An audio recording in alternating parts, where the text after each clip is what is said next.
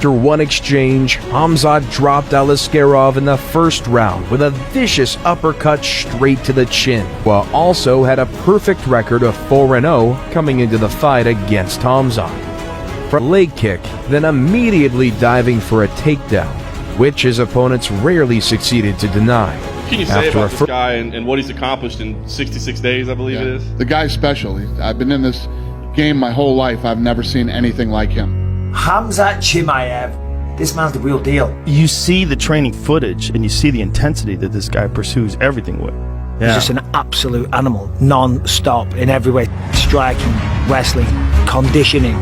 The word is, by people who train with him, they're like, dude, he is a freak of nature. You've had guys that'll be like, let me talk to my team. This guy's like, I want to fight again here on Fight Island.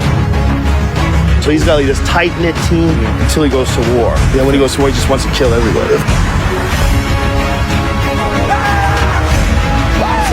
I don't care what I'm gonna do, and I'm gonna go jump in the cage and I'm gonna kill that guy. I don't care, he will be down, I will smash his face, I will stand up, I will knock him out, you know, don't care about it.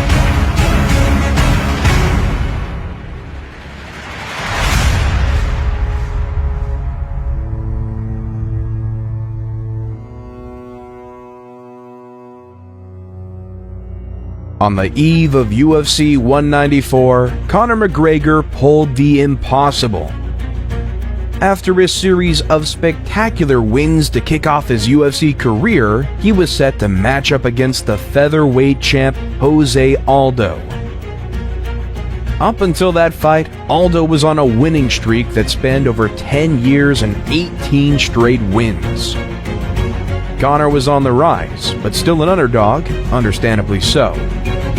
Aldo seemed unbeatable. Mentality they are. Tough fucking That's people, the man. mentality too. Yeah, it's a very combat sports-driven country.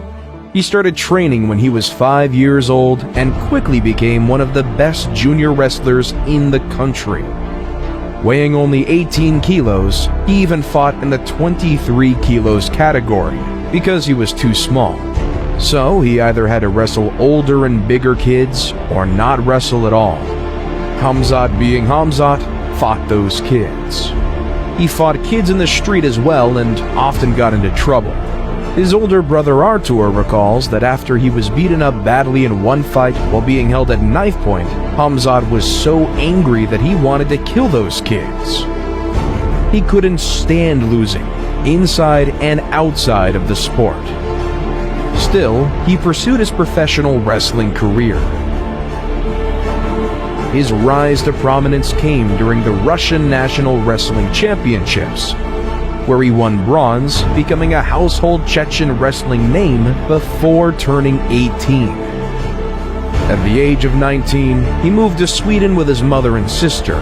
The move followed an earlier migration of his older brother, who was also a wrestler in the Scandinavian country, due to him needing shoulder repair surgery. Our one brother too, he has like surgery as well. After a while, KHAMZAT's brother called upon his family to join him. Yeah, my brother was living here, he told us like come here, it's good for us. After that we stay here, we like it.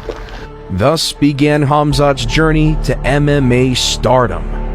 They lived in a small village, similar to the one in Chechnya, minus the war. When we come here, it was a small village here as well. When they later moved to Stockholm, they were cramped in a small apartment. KHAMZAT and his brother in one room, his sister and mother in the other. Living in this one apartment was who?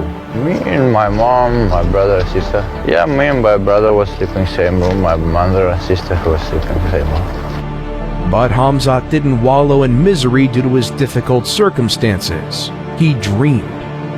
He imagined a better life for his family as he strolled around his new surroundings, seeing beautiful homes and dreaming of having one for him and his close ones.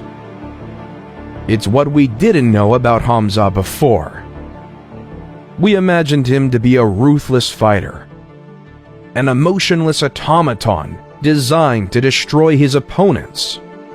Outside of the octagon, though, he's been showing his other, more emotional side.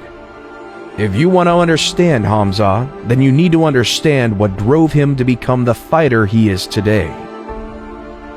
Of course, his relentless pursuit of mastery in the martial arts has helped him.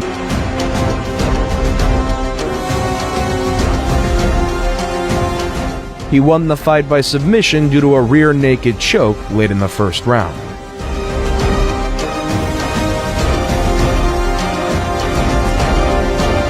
The easy wins he racked up led to a call from Middle Eastern organization Brave Combat Federation. He was scheduled to make his promotional debut against Benjamin Bennett in November 2018 at Brave CF 18. But Bennett withdrew from the bout and was replaced by undefeated 4-0 prospect Marko Kisic.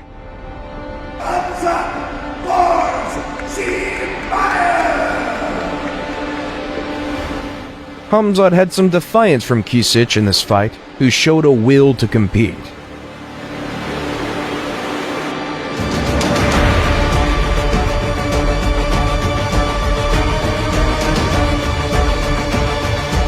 And tried some bold moves during the fight, such as a triangle choke attempt. But he was no match for Khamzat, who finished Kisic by TKO.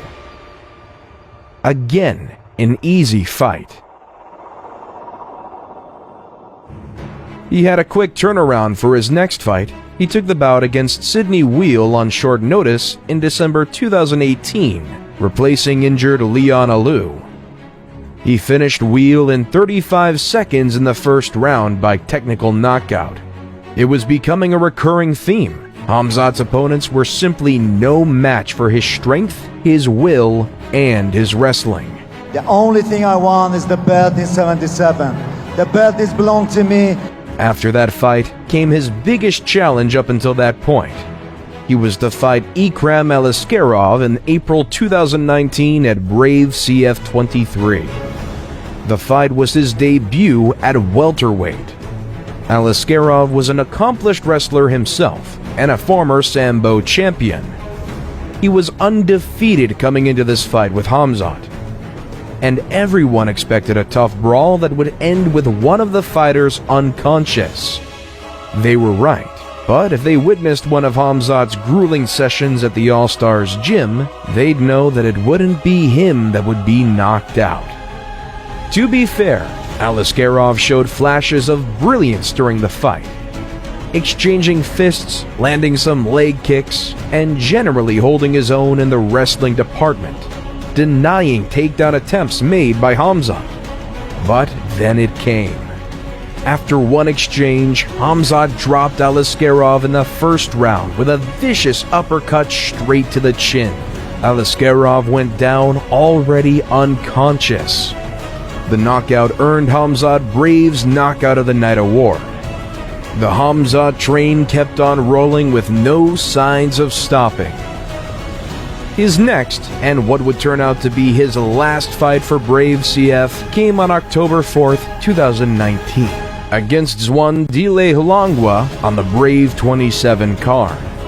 Hulangwa also had a perfect record of 4-0 coming into the fight against Khamzat. From the start, Khamzat imposed his dominance. He started the fight with his signature move of feeling the opponent with a leg kick, then immediately diving for a takedown, which his opponents rarely succeeded to deny. After Getting cracked in the face. it was an absolute beating that he gave to Phillips, who stood no chance against the Chechnyan. After a first round which Chimaev simply destroyed Phillips on the ground, grounding and pounding him seemingly with no end, amazingly, Phillips endured. The fight went to the second round, which went similarly to the first one. Khamzat would win the fight by submission. Then he just talks and that's that. Impressively, Khamzat had 124 strikes and received only 2 during the entire fight. Absolute dominance. It was a sign of things to come. Khamzat was hungry and he demanded his food. Only 10 days later, he knocked out Reese McKee in a middleweight bout. It was the fastest turnaround between victories in UFC history. Beautiful work from Chimaev. I mean, this is Khabib-like pressure. Again, KHAMZAT dominated the entire fight, start to finish, providing no breathing room for his opponent. Look at this control from Chimaev here. And the numbers that he produced in his first 2 wins were simply out of this world. 124-2 strike advantage in his first, and 68-0 in his second one. Still, the Wolf was hungry. Still, he demanded his next meal to come as soon as possible. How many fighters in the MMA division? Gonna smash everybody. Give me champion, 84 kilos, 77 kilos. I'm gonna smash both. Again, his next opponent would be considered the real test for KHAMZAT. Gerald Meerschaert is a black belt in Brazilian Jiu-Jitsu, so everyone believed that he would be tough to submit. He was a UFC veteran with 48 fights under his resume, of which 34 were wins. So nobody believed that he would have an easy meal. During the pre-fight press conference, Meerschaert was confident that it would be a difficult night for KHAMZAT. In any of his fights that I've seen, he hasn't met real resistance. How many times you lose? He's so fucking good, it's terrifying. He's so good, it's terrifying. 4 fights in the UFC, he's been hit twice. He has more victories in the UFC than he's been hit. He is the future. The kid's legit, he's real, and he knows it, and I love it. Well, what do you make of KHAMZAT Chimaev's rise in the UFC, and do you see him as a future champion? Yeah, I do. He's got that commitment, he's got that talent, obviously, development technically. I see guys coming up similar parts of the world that it's not an accident that they have that mindset, that they have that warrior mentality. Where he comes from, you're born to be a warrior. It's an honor to behave that way. It's an honor to behave that way. If he were to fight Kamaru Usman this month, what do you think that fight would look like? I think you put Kamaru Usman to sleep, honestly. We've seen stars emerge very quickly. Conor, Israel Adesanya, just to name a couple. Have you ever really seen anything quite like this rise? No. KHAMZAT Chimaev, he's the most incredible prospect that I've ever seen in the UFC. Chimaev is as good as advertised. When you get into the top 5 in the UFC, no joke, man. And especially in that division. I mean, that division is straight killers. But that's what happens when you break into the top 5 in the world in any of these weight classes. You are going in against the absolute best in the world. Okay, I know KHAMZAT don't care. He's like a hungry lion, just want him to let him go in the cage against whoever, doesn't matter. After a few months of speculation, finally the decision was made. KHAMZAT would face number 2 welterweight contender Gilbert Burns in the main card of UFC 273. Compared to his other opponents, Burns would be a serious test for Chimaev. He was a one-punch wrecking machine, with a right hand that just almost knocked out the pound-for-pound king Kamaru Usman. But I think technically... Oh! Early land for Torino with a right hand! And he was also a physical specimen. Just take a look at his conditioning process during his preparations for KHAMZAT. The guy was preparing for hell. KHAMZAT was unfazed. He simply wasn't afraid of anybody. During fight week, he taunted Burns, showing off his muscles, saying that Burns is small. I'm small, brother. You sure? And that he's more Brazilian than him. He's not Brazilian. That guy is not fucking from Brazil. I am more than Brazilian than him. One should take a look at his preparations for each fight and see for himself what animal this guy is. He never stops training. His coach called him a savage. His teammate Alexander Gustafsson said that KHAMZAT hits like a heavyweight, moves like a lane player, and that he wanted to get the flashy knockout as he promised the fans before the fight. I was too excited to knock him out, I was like, next time I'm gonna work a little bit smarter. Chimaev didn't destroy Burns in his usual fashion, but he did get the unanimous decision win.